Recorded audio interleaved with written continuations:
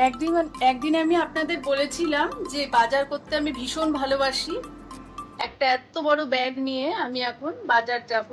মাস্কটাও পরে নিলাম। আমি বাজার যাব, আপনাদের নিয়েই যাব। চলুন যাই এবার।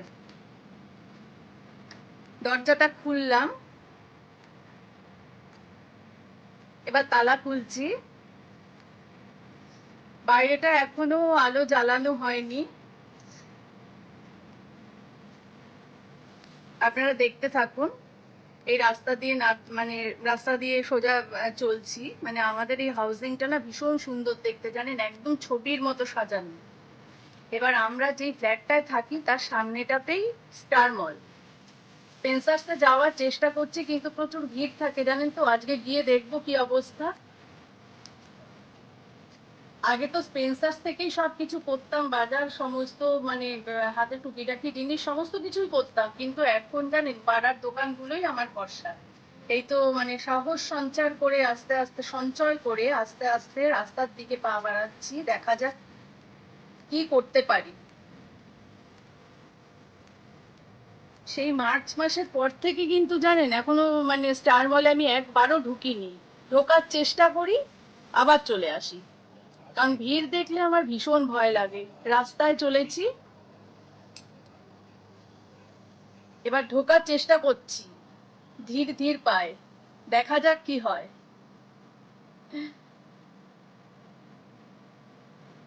চলেছি। বাইরেটা কিন্তু ফাঁকাই লাগছে, এখন ভেতরটা যে কি হবে জানি না। আসলে সেন্ট্রাল এসি তো, ভয় পাই, ভীষণ ভয় পাই, আর আমি একটু ভীতু টাইপের।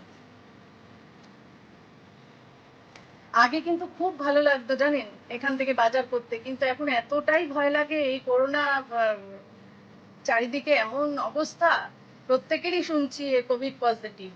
এখন ভয় আমার না হয়ে যায়।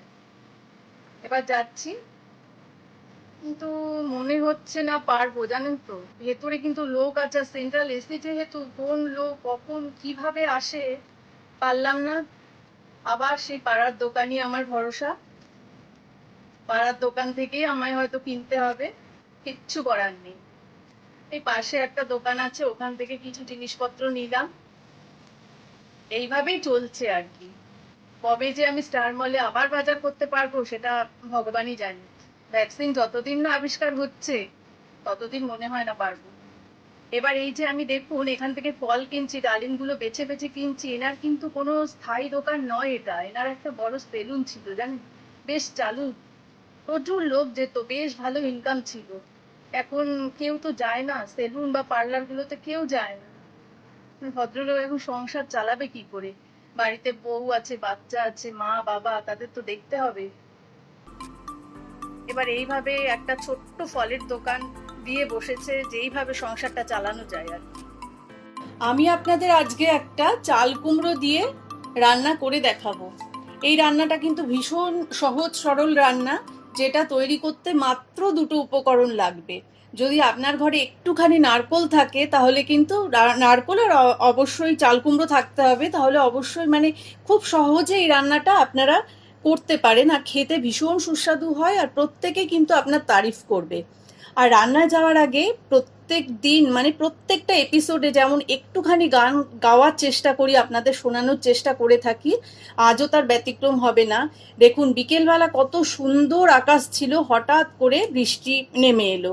বর্ষাকালের তো এই অবস্থা হয়, আজ এখন পরিষ্কার আকাশ, পরক্ষণেই আবার মেঘে আচ্ছন্ন, বর্ষা ঝমঝম করে পড়ে। সেবার বর্ষা ঋতুর সঙ্গে সামঞ্জস্য রেখে একটা গান আপনাদের গেয়ে শোনাচ্ছি, জাস্ট দুটো লাইন। श्रावण गगने घोर घन घटा निशीथ यामिनी रे। श्रावण गगने घोर घन घटा कुंज पाथे सखी कैसे जावब कुंज पाथे सखी कैसे जावब अबला कामिनी रे। शांगन गगने घोर घन घटा।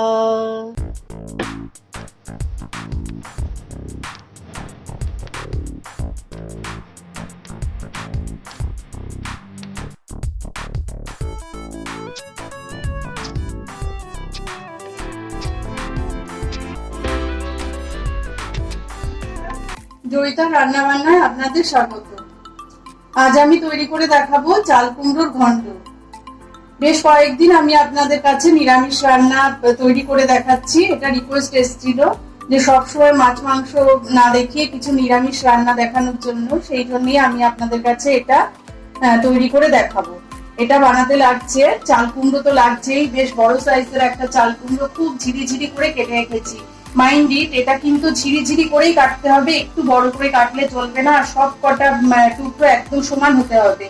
আর লাগছে বড় একটা নারকেলের অর্ধেকটা কুড়িয়ে রেখেছি।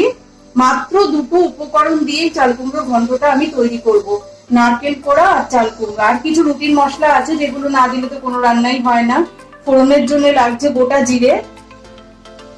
গোটা জিরে লাগছে, তেজপাতা লাগছে দুটো, আর দুটো শুকনো লঙ্কা রেখেছি, আর দুটো কাঁচা লঙ্কা চিড়ে রেখেছি।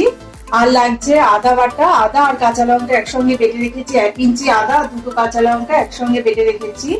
আর জিরে ধনের গুঁড়ো আছে অল্প একটু, গুঁড়ো হলুদ আছে, আর নুন আর চিনি আছে। রান্নাটায় কোনো জল পড়বে না, আর রান্নাটা হবে সর্ষের তেলে।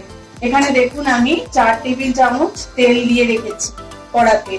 গ্যাসটা জ্বালিয়ে রেখেছি যাতে তেলটা গরম হয়ে যায়। আর এত বড় একটা চাল কুমড়ো রান্না করতে কিন্তু 4 টেবিল চামচ তেল লাগবে। তেলটা আগে থেকে গরম হয়ে আছে। তেলের মধ্যে আমি জিরেটা ফোড়ন দিয়ে দিলাম, আর দুটো তেজপাতা দিলাম, আর দুটো শুকনো লঙ্কা একটু ছিঁড়ে দেব।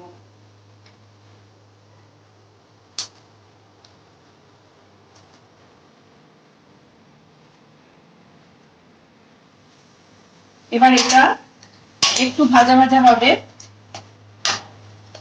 সুন্দর গন্ধ বেরোলে আমি চাল কুমড়োটা দিয়ে দেবো। বেশ ভাজা ভাজা হয়ে গেছে, আমি এবার এর মধ্যে চাল কুমড়োটাকে দিয়ে দেবো।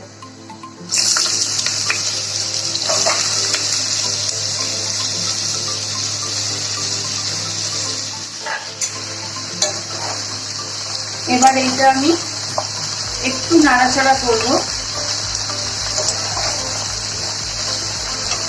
এর মধ্যে আমি হলুদ নুন দিয়ে দিচ্ছি,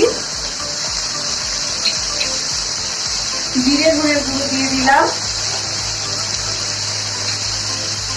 আর হলুদ গুঁড়ো দিয়ে দিলাম।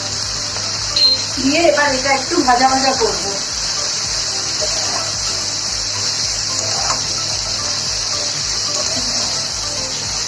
দেখুন, আমাকে অনেকেই বলে যে আমি ননস্টিকের কড়াই ব্যবহার করি অথচ স্টিলের খুন্তি কেন। আমি এটা আপনাদের অনেক আগে বারবারই বলেছি যে আমি স্টিলের খুন্তি বা হাতাতে অনেক বেশি কমফোর্টেবল। আমি ওই ননস্টিকের হাতা বা খুন্তি ব্যবহার ঠিক ভালো হয় না, মানে আমার আসে না। দেখুন বেশ ভালো করে ভাজা ভাজা হয়ে গেছে। এবার এটা আমি একটু ঢেকে দেব, 5 মিনিট পরে আসবো। আর এই রান্নাটায় কিন্তু কোনো জল পড়বে না, নিজের জলে এটা নিজে সেদ্ধ হয়ে যাবে। দেখুন ফিরে এলাম, ঢাকাটা উল্টে দেখি, অনেক জল বেরিয়েছে, সেদ্ধও হয়ে গেছে। এবার আমি এটার মধ্যে আদা আর কাঁচা লঙ্কা বাটাটা দিয়ে দেবো।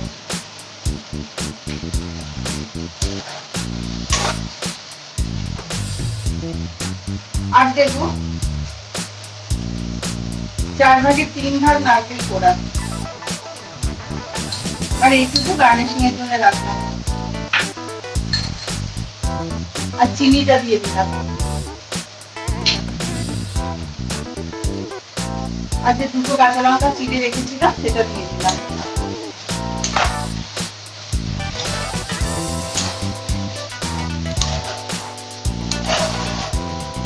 আমার এই রান্না যদি আপনাদের ভালো লাগে তাহলে অবশ্যই চ্যানেলটা সাবস্ক্রাইব করবেন, লাইক কমেন্ট শেয়ার করবেন। আর সব রান্নার আপডেট সবার আগে পেতে হলে বেল নোটিফিকেশনটা অবশ্যই ক্লিক করবেন।